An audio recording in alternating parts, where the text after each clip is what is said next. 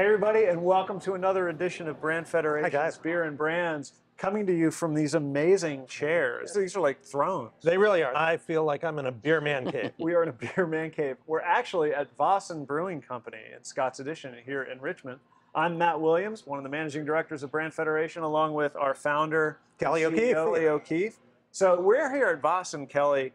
We're going to drink some beer, and we're going to talk about a conversation that we've gotten into over the last couple of weeks related to current events and the responsibility of marketers to activate their values in their work. But before we do that, Stefan McFadden, the incoming master brewer here at Väsen, has some beers to serve us. So Stefan, what do we got?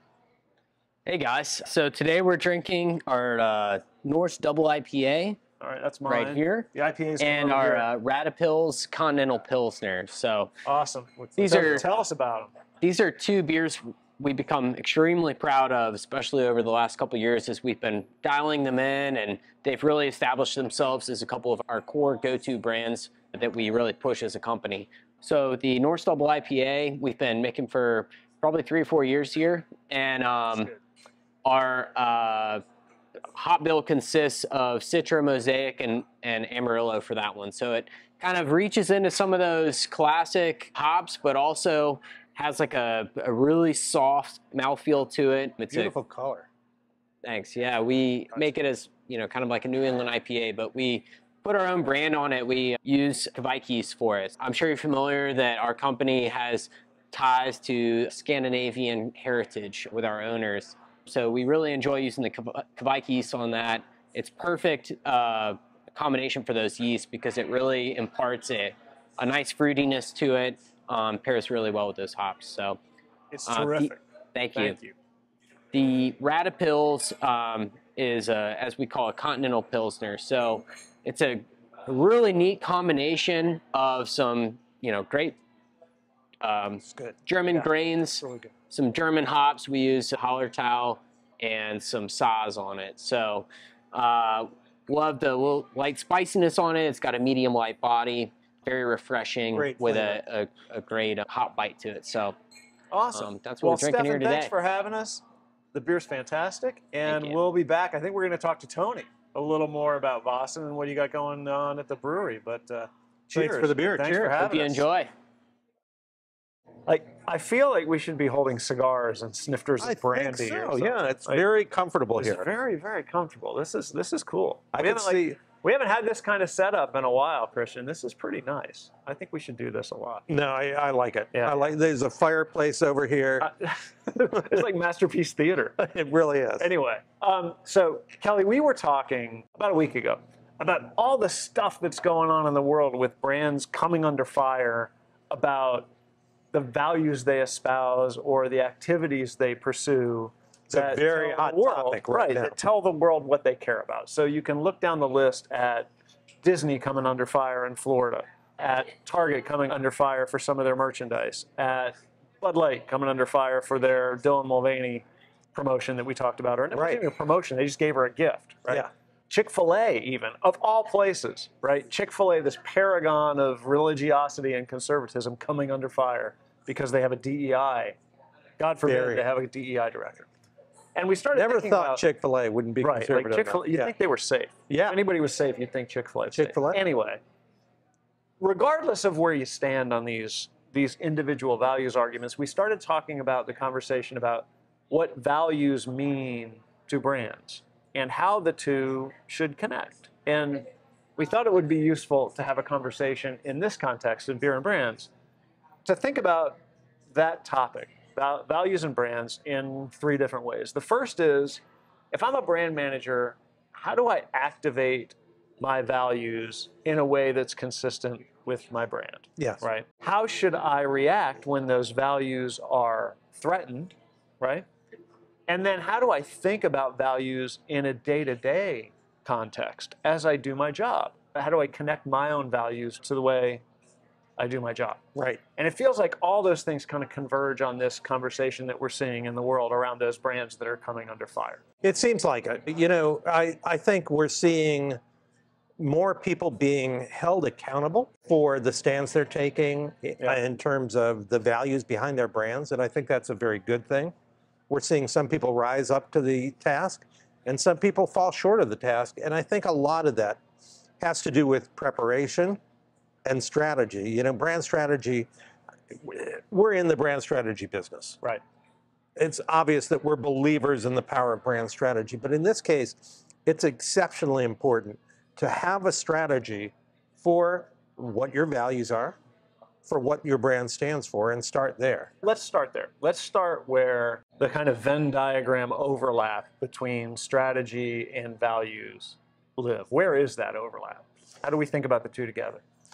Well, if you go way back to the early days of brands, they tended to stand for functional things because it was so unique to have a toothpaste that actually cleaned your teeth. Right. Yeah, gets whites whiter. Gets whites whiter, right. Teeth and yeah, all the functional benefits. Those functional benefits were what we advertised, right? No ring around the collar. God forbid. Yep. Your shirt should have a ring around the collar. Well, today, if you use a laundry detergent that doesn't get your shirt clean, there's something wrong with you. And there's certainly something wrong with them.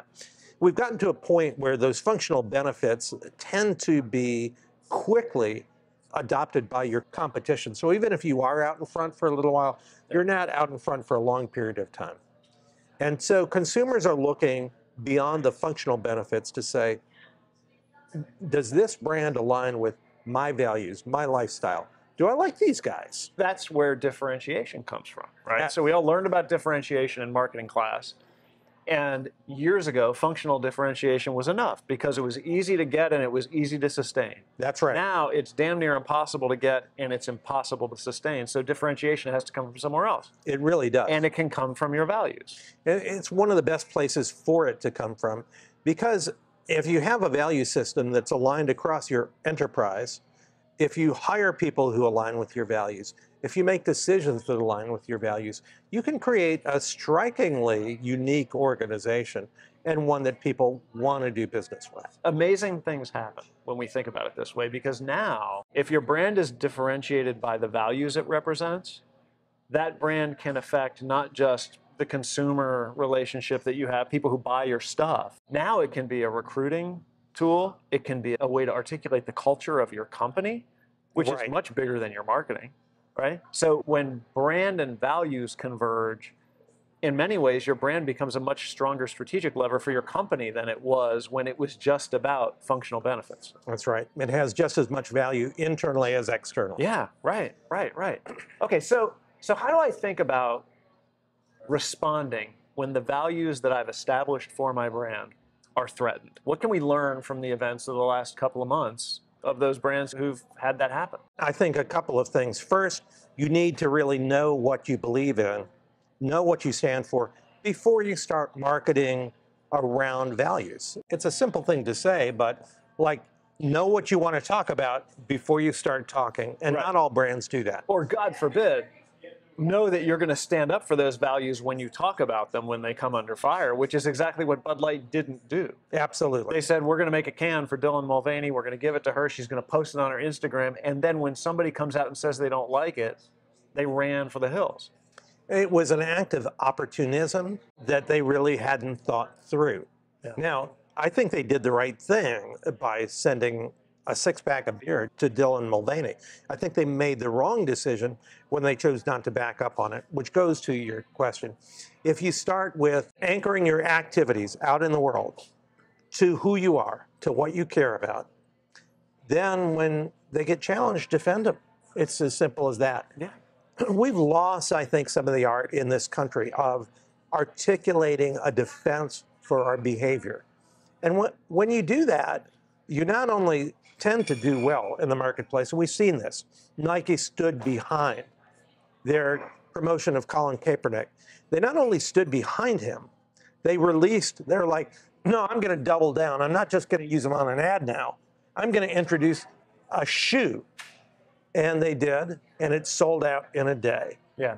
They stood behind him despite boycotts, the same kind of boycotts that happened in Budweiser's case. And the brand grew. It did not shrink. It grew. It's 40% larger than it is now. The stock doubled. It just is a demonstration that if you stand for your values and you defend it in the marketplace, you can do pretty well. Right. So it's a good business decision. to define the values your brand stands for and stand up for those values. Yes. Right. So people think that this is some kind of virtue signaling, the term of the moment, right? But that's not what this is. The evidence shows that if you articulate those values, you connect your brand to them, and you stand up for them when you need to stand up for them, it's actually a really good business decision. You're a good marketer when you do that. There's no question, because what you're doing is showing that you actually have conviction behind what you do, and it consistently does well. And it's not about being progressive or being conservative. Home Depot has put almost $500 million into causes for American veterans, and they've done exceptionally well because of that. If somebody challenged them on that, I would expect them to defend that. Coca-Cola has partnered with the United Nations to make more water conservation available worldwide because water is a problem. John Deere has worked in countries all over the world to improve agricultural production because people are starving. If you are supporting the right kind of values, why wouldn't you defend those values? Yeah, I mean, if you're not willing to defend them, they're not authentic in the first place. That's then right. What were you doing? It's a marketing tactic, and it's empty, right? But when those values come under attack from whomever, and you're willing to stand up to those people and say, no, I respect your right to articulate a different point of view than mine, but here's mine. That's important for us to be able to have that conversation as a society. But as a business person, as a marketer, that's a smart marketing decision. It's not even a controversial marketing decision. Yeah, if you think about the inverse and you say, is it a good strategy to not stand for anything? And if you happen to stand for something and you're challenged, to walk away. Back away completely? Back away completely. Blame it on someone else. Run screaming? Yes. I think most of us would say, no, that's a terrible idea. Why would you do that? Oh, that's great. Of course, that's exactly what Budweiser did, which blows me away. Brandon Whitworth, their CEO, not only didn't have a strategy, but when challenged, he didn't really take either side well. And then he fired the highest ranking woman in his company. And I just love this. The buck stops with her. It's just a cowardice in leadership does not make for a strong brand. Yeah, right. And it just undoes all the credibility of that brand. Now you don't know what they stand for other than trying to make everybody happy so that when anybody voices some kind of unhappy opinion about their brand, they just try to placate them. That's and then right. you're nothing at that point. It ends up being almost impossible to live that way, to operate that way, to make decisions based on that. I like your inverse proposition. Should brands stand for values? I don't know. Maybe brands should stand for nothing. How about that? Nobody values. Would ever say that. Right. This stuff is common sense. You need to have a strategy that says, here's what we stand for and here's what we're going to do. That strategy needs to be built on what's in here. Not on what you make, but on who you are, because you need to be prepared to defend that strategy when it's under attack. So think about it in advance. Do the hard thinking about what your brand stands for and the values you believe in advance. Stand for those things. And if you do that, you'll stand for them better. Yes. You'll stand for them over a longer period of time. Your brand will get connected with them. We've established that's a good marketing and business decision. And when it comes under fire, you'll be ready to defend it. Absolutely. And Bud Light was none of those things. They weren't ready. They weren't clear.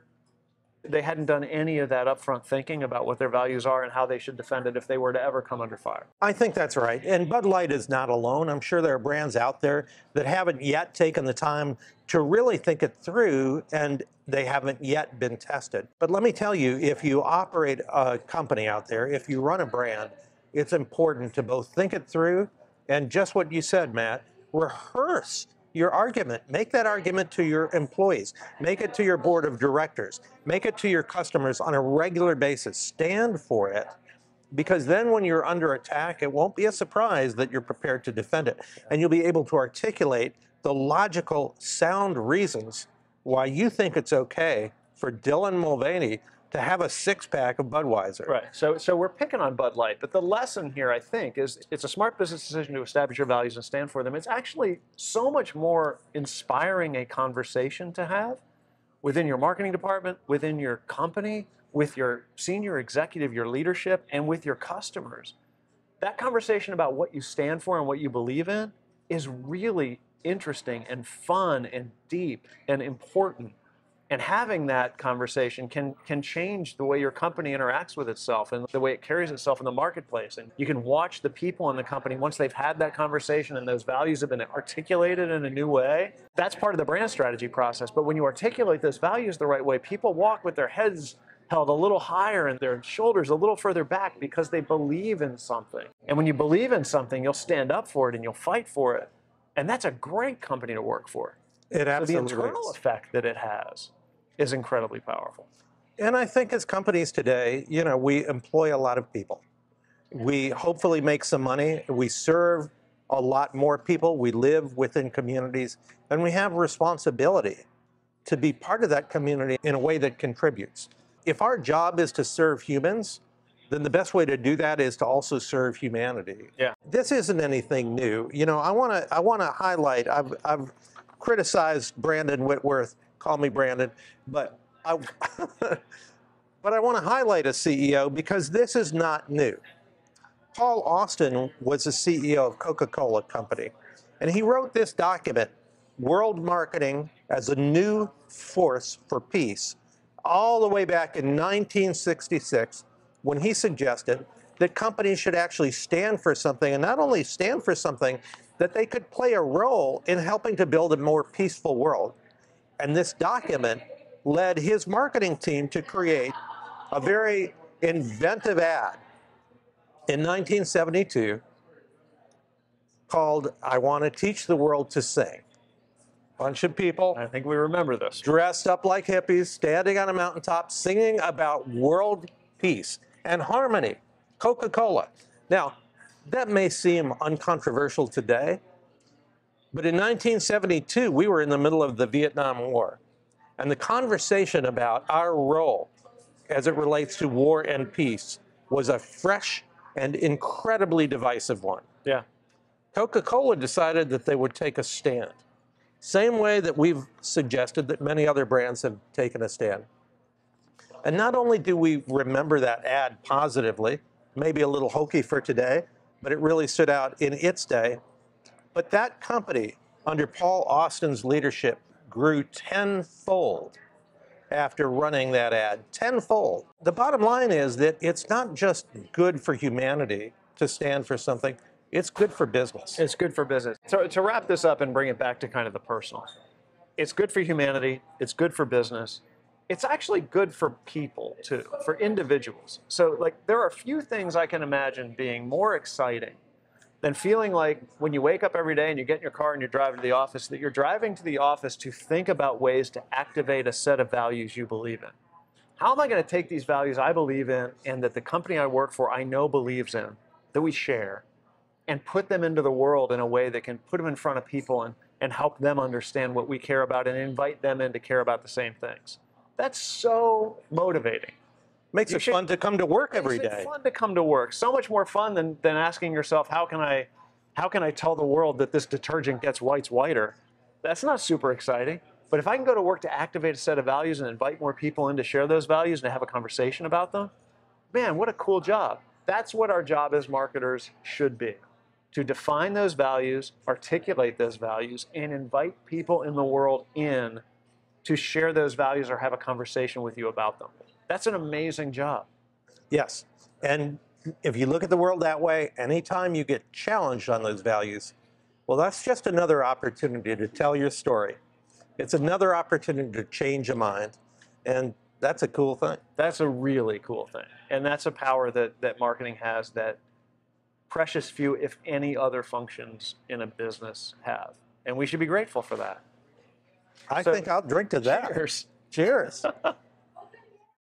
All right, we're back at Väsen with Tony Giordano, the head brewer here at Väsen. Yeah. So you and Stefan kind of working together to make the beers. We do. I'm in the process of kind of moving out of that role, which is great for me. I've been making beer for like 17 years, and he's going to step up and take over beer production. That's good. So you're going to be like the beer chairman. Yes. And he's going to be the beer president. Yeah, after 17 years of lifting kegs, it's like, okay. It's been a long time. I don't know. I could use a little keg lift. Yeah, right. It hasn't done you any It's too late for us. Thank you. Yeah, it's too late for us. So anyway, Tony, we want to talk more about what's going on at Väsen. But before we do that, I want to get into a conversation with you about something related to the topic that Kelly and I have been talking about here that happened to you guys on Instagram just this past week. Yeah. Tell us what's up. What happened? It's just very interesting. It's kind of an interesting topic in general. Do breweries, say what they want to say out loud? Do they represent what they want to represent out loud? And we tend to be one that does a little bit, but our biggest thing is that we just want to be inclusive of, everybody so they can feel and have a safe place to come to drink beer. Which is awesome, by the way. So like we posted something about Juneteenth, basically going beyond just Black culture, going on the culture of basically everybody who feels that way, that they've been kind of maligned over time or things just haven't worked out. We want to give them a space. So we basically put up a post that was talking about that and how everybody's welcome to be here. There are some breweries that, obviously don't agree with what you have to say. But it's just very interesting to have people actually comment and take time out of their day to feel so strongly that they don't feel that way, that they actually comment and talk about their feelings towards you, just trying to be inclusive. And there's not a lot of breweries like that. That's not a normal thing. I don't want to make it seem like that's happens all the time. It's just something that we have seen happen. I think what's interesting about this is even setting aside the topic and how one might feel about whatever topic, the decision you guys made to put out into the world what you stand for and what you believe in is connected to what Kelly and I have been talking about here, which is the need for brands, no matter how big or small they are, right? To know what they're about and be willing to tell the world what they believe in and what their values are. Yes. How do you guys think about that? I mean, clearly you buy it. Why is it important to you? Yeah, we do. Those are just the type of people me and Joey are. We're not willing to kind of sit back and take a back roll to things that we think that are wrong within the business and outside of the business. We try to do as much nonprofit stuff as we can. A lot of it's just staffing is the biggest thing that we have to try to do. For us, I think it is an important role, and especially if you're a brewery our size and you have as many workers and you're seen throughout a couple states, it's definitely, I think, important for people to say what they mean. But that might be the situation in which that brewery was saying how they felt about my situation. Right, in that sense, they're doing the same thing. Exactly. And it's just up to those of us on the outside to decide who we want to align with, and that's okay. And that's okay, yeah. I think... And you guys are doing pretty good. We are. We're doing pretty well. This is going to be a big year for us, so we're excited. That's what we find. The brands that are willing to take a stand and be who they are, say what they believe, they tend to do very well. Yes. Thank you. We sort of want to know that there are values behind the brands we care about. Yeah, I mean, there definitely are. A lot of the brands that are seen every day in day-to-day life are so large, you don't even know like who's running them or, who's in charge and making the calls or who the CEO is. But we're small enough that, we're visible faces, people can see us. So we figure might as well try to make a change while we can. So what's going on at Väsen, Tony? What do you guys got planned for the summer? What's coming up? Oh, man. Well, we just started with a new distributor locally, so we're really excited about that. We're going to be pushing all types of beer this summer. Normally during the summertime, we push a lot more sours and stuff like that. Other beers tend to fall by the wayside, like stouts and things like that as the seasons go along. This year, we're trying to hit more barrels than we've ever hit before. We're going to try to hit like 6,000 barrels this year. So we're not that big, but it's a big deal for us. Cool. So we're very excited. But we have a really good crew and, just trying to keep people entertained when they come here. That's the biggest thing, giving people a reason to come out and hang out. Really cool. Well, the place is awesome. It's a beautiful place. The beer's terrific. The people are super cool and very welcoming. And man, like Kelly said, there's no better place to come hang out and have a beer and have a conversation. So thanks for having us here. Oh, no problem. Where can the people out in podcast land find you? And how can they support Väsen? Well, obviously we have our Instagram page and our Facebook page and our normal website page. But other than that, locally, as far as drinking goes, if you're in Maryland, DC, or Virginia, you can normally find us at several pubs around town. And there are other places such as like Whole Foods and Total Wines that you can find our beer in as well. Terrific. Yeah. Well, go check it out. It's really good stuff. It's worth it. Brewery. Come to the brewery in Scotts Addition if you can. You won't be disappointed. So, Tony, thanks to you and the crew here for having us. It's been super fun. The place is great. The beer's terrific. And keep doing what you're doing. Thank you guys so much. Yeah. Thank you guys for coming out. Thank you. Cheers. Cheers. That wraps up another edition of Beer and Brand. So thanks to everybody for joining us. As always, let's cheers. Go ahead and do it. As well. Thanks for joining us. Give us a like. Tell us what you think. Throw us a comment or two. And Kelly and I will be back next time for another edition of Beer and Brands. Be there. Cheers.